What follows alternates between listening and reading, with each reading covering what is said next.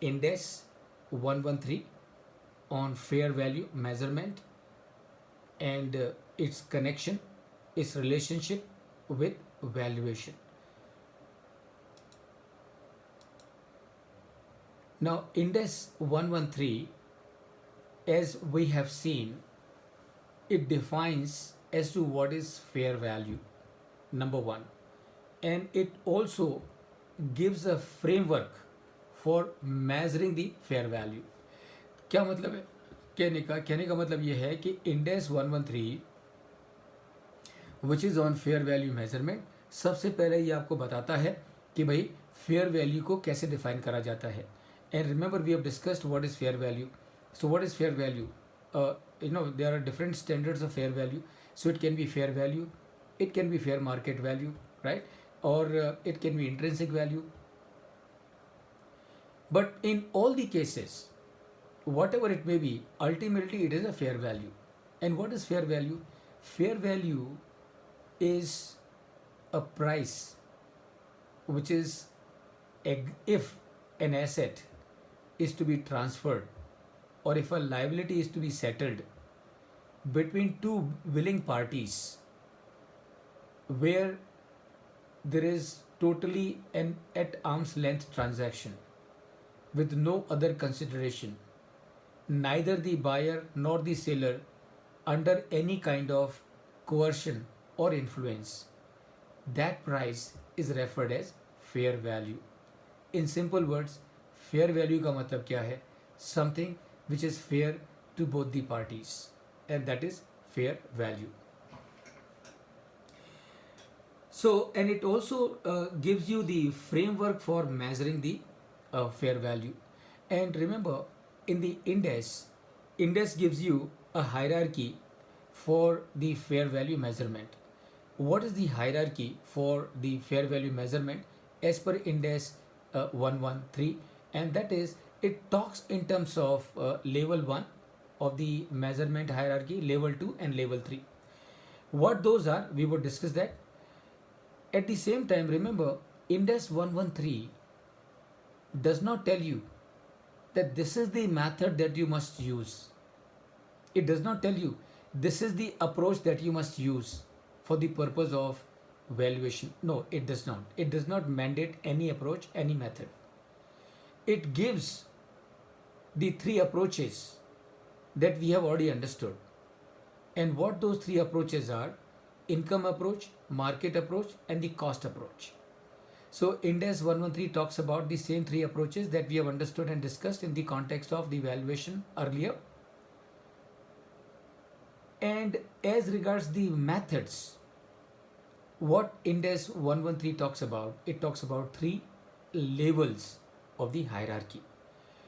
And what those three levels of hierarchy are, let us understand them one by one. So, according to Index 113, the fair value hierarchy comprises of three levels. Level 1 is quoted price. So, according to Index 113, if an asset is to be valued and if this asset or this company is listed on a stock exchange, then the market price, the quoted price of this stock will be the fair value of this company or of this share or of this asset.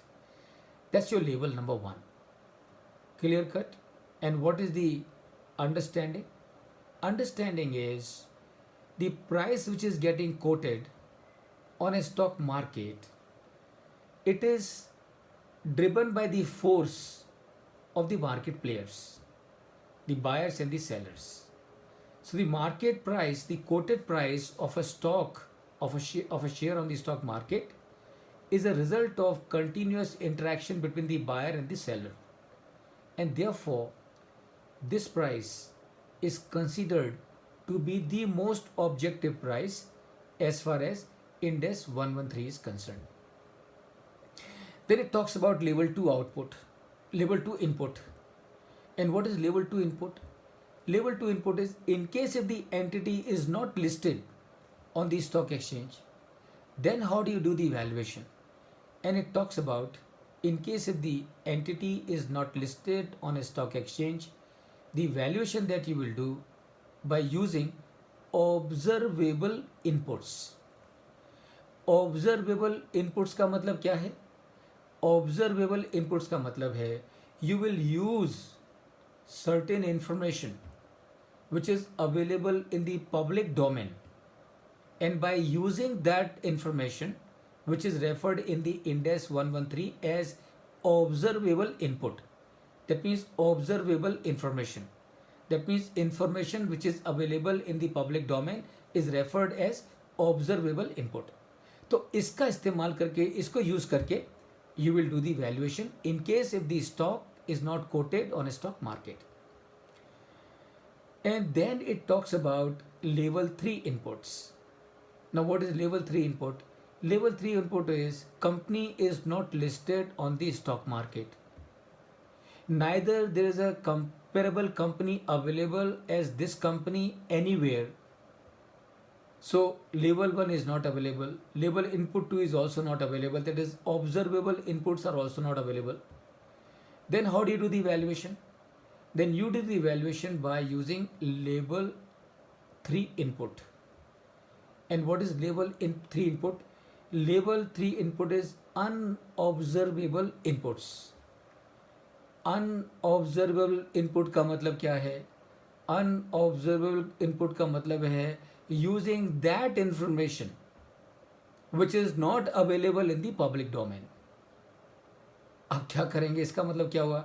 इसका मतलब यही हुआ कि ऐसी company का valuation कैसे करेंगे? ऐसी कंपनी का वैल्यूएशन करेंगे ऐसे इनपुट को यूज करके जो कि ऑब्जर्वेबल नहीं है. इसका मतलब जो कि पब्लिक डोमेन में अवेलेबल नहीं है. इसका मतलब you will dig it out and you will create it by yourself. So friends, tell me, will the DCF method fall into this category? Ankur? Puneet? Yes, sir. Will the DCF method fall into this category? And the answer is yes. Because DCF method में आप क्या करते हो? DCF method में आप वो सब कुछ मालूम करते हो. ग्रोथ क्या है? Is it available in the public domain? नहीं. कैश फ्लो क्या है? Is it available in the public domain? नहीं. एक्सप्लिसिट पीरियड क्या है? Is it available in the public domain? नहीं. So none of those informations are available in the public domain. So none of those informations are observable input. That means what? That means you create all these information and then using those information you find out the intrinsic value which then is referred as fair value.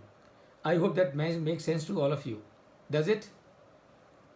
Yes, sir. Yeah. Okay, Ankur.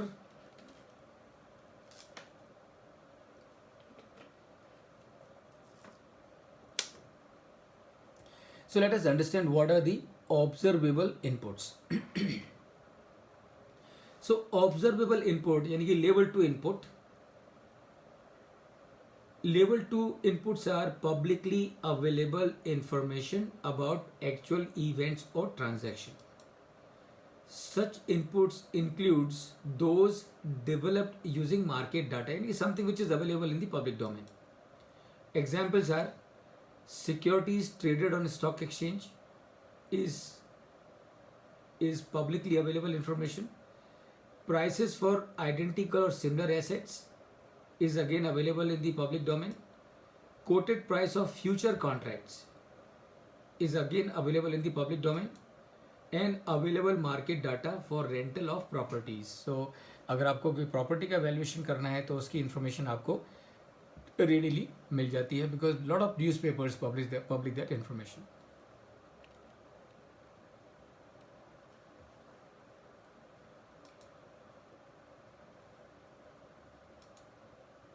What are the unobservable inputs?